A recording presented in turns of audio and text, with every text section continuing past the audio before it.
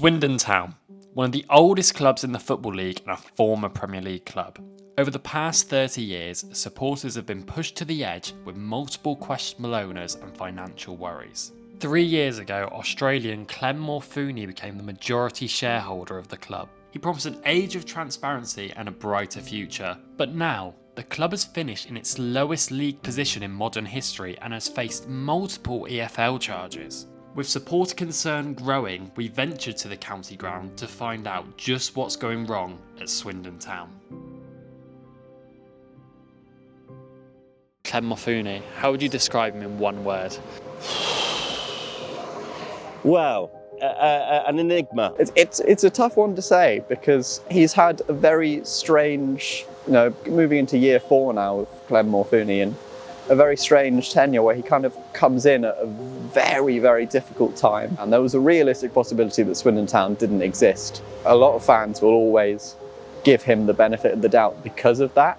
He came in like he was supposed to be this knight in shining armour. He was the man that was supposed to save Swindon after years of poor ownership under Lee Power. We had nothing.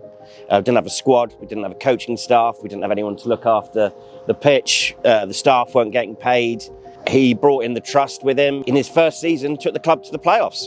And we thought it was all hunky-dory, it was all going brilliantly. Unfortunately, it went sour very, very quickly. When do you think the cracks first started to appear? Some people might trace it back as far as the Manchester City FA Cup game in a really weird way, where we have the big moment and tickets are £35, which is obviously quite a lot for a League Two side, and some people didn't like that. And that was kind of the first sign that maybe they weren't always acting with the best interests of the fans first.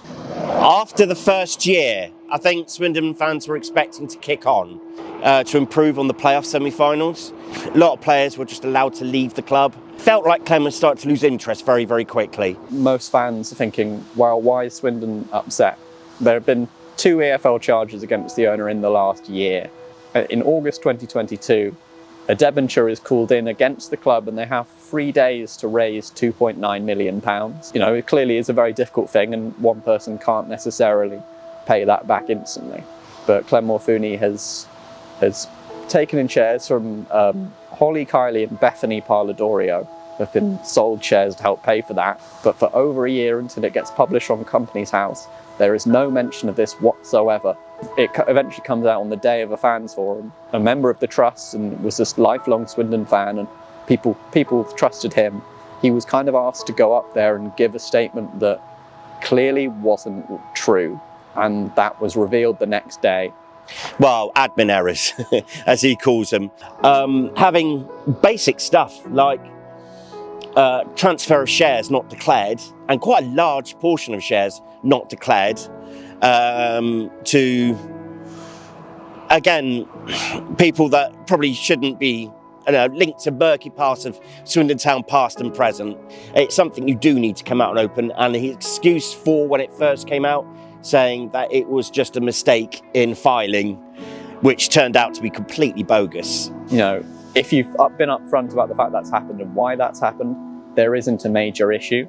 But they've not told the fans, and more critically in terms of a charge, they've not told the EFL, and that led to a £10,000 fine for a club that has, by its own account, struggled with cash flow.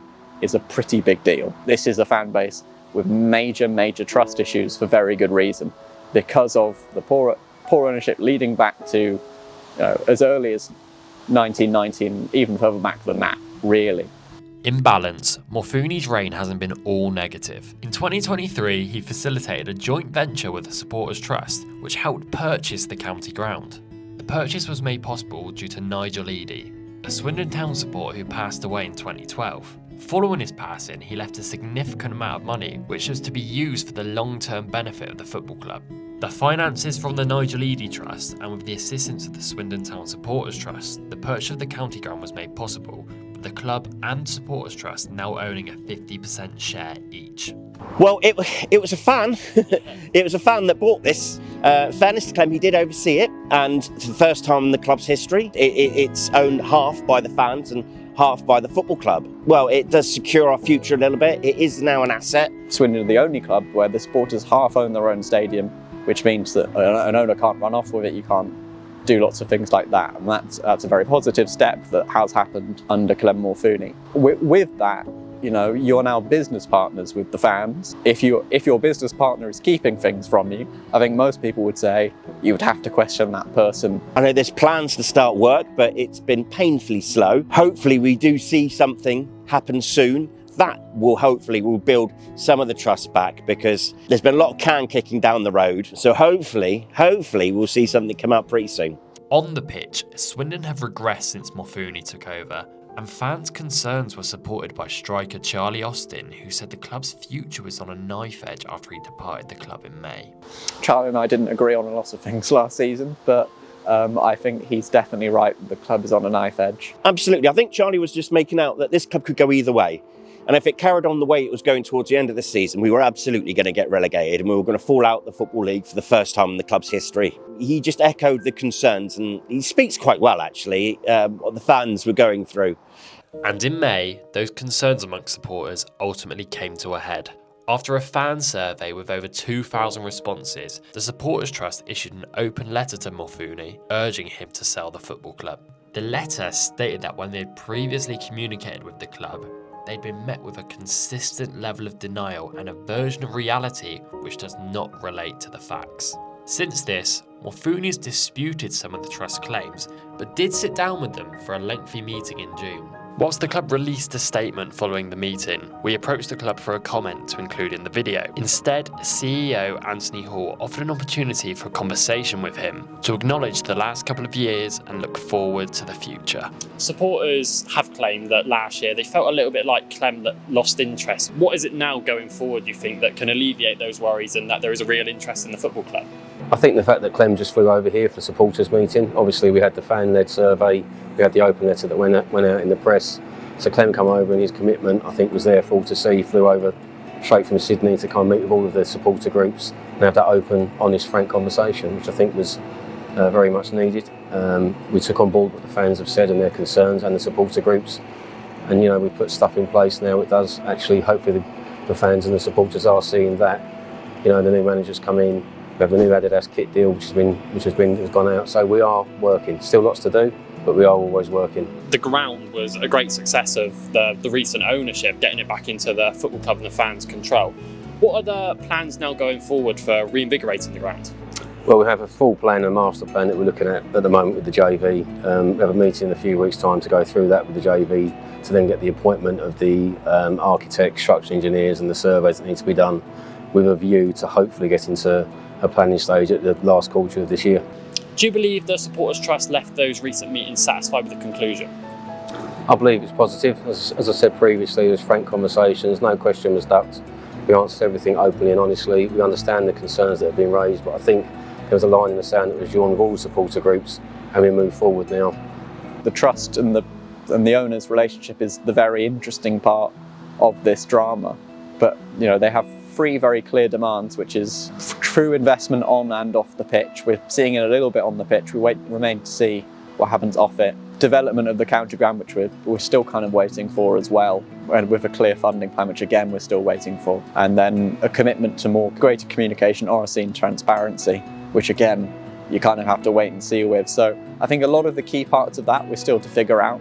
There have been steps made in the right direction, but there's a long way to go with what the Trust were talking about. I think this letter may have been a wake-up call. I think the Trust themselves have mentioned to Clem that they didn't think that Clem realised how much he'd lost the fans.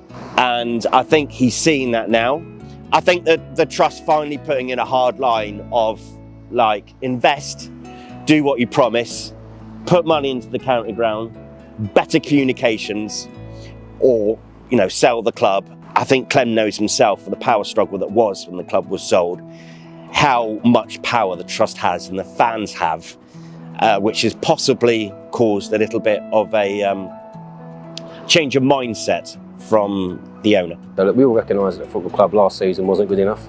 We know that, on and off the pitch, and we are working. I think hopefully the fans can see that we are recognising those issues. The signings are permanent signings, which I think should hopefully give some comfort that, you know, we're not going to lose half our team again in January, which is a problem, and we do recognise that. What would be the message to supporters to really give them hope for next season? Well, I just think understanding that we recognised that last season wasn't good enough, and what we have done so far in the appointment of the new manager is to keep that faith and come back into the county ground and support the football club that you love and want to see succeed. And if Clem Morfuni was watching this, what would be your message to him? Pull your finger out. No one, as at Swindon Town fans, no one is trying to get you. People desperately want this to be a success. No one has a problem with the owner. People have a problem with actions of the ownership. He's seen the Swindon. He almost had God status when he first arrived. He knows how much this means to the fans. We've been around since 1879. We've got one of the largest attendances in the league. We're such a wonderful fan base, and we've actually been really patient with them and really good. As soon as that is realised and some of the suggestions are heeded, then we can look forward to a brighter future and maybe push back towards where I feel like we belong in League One.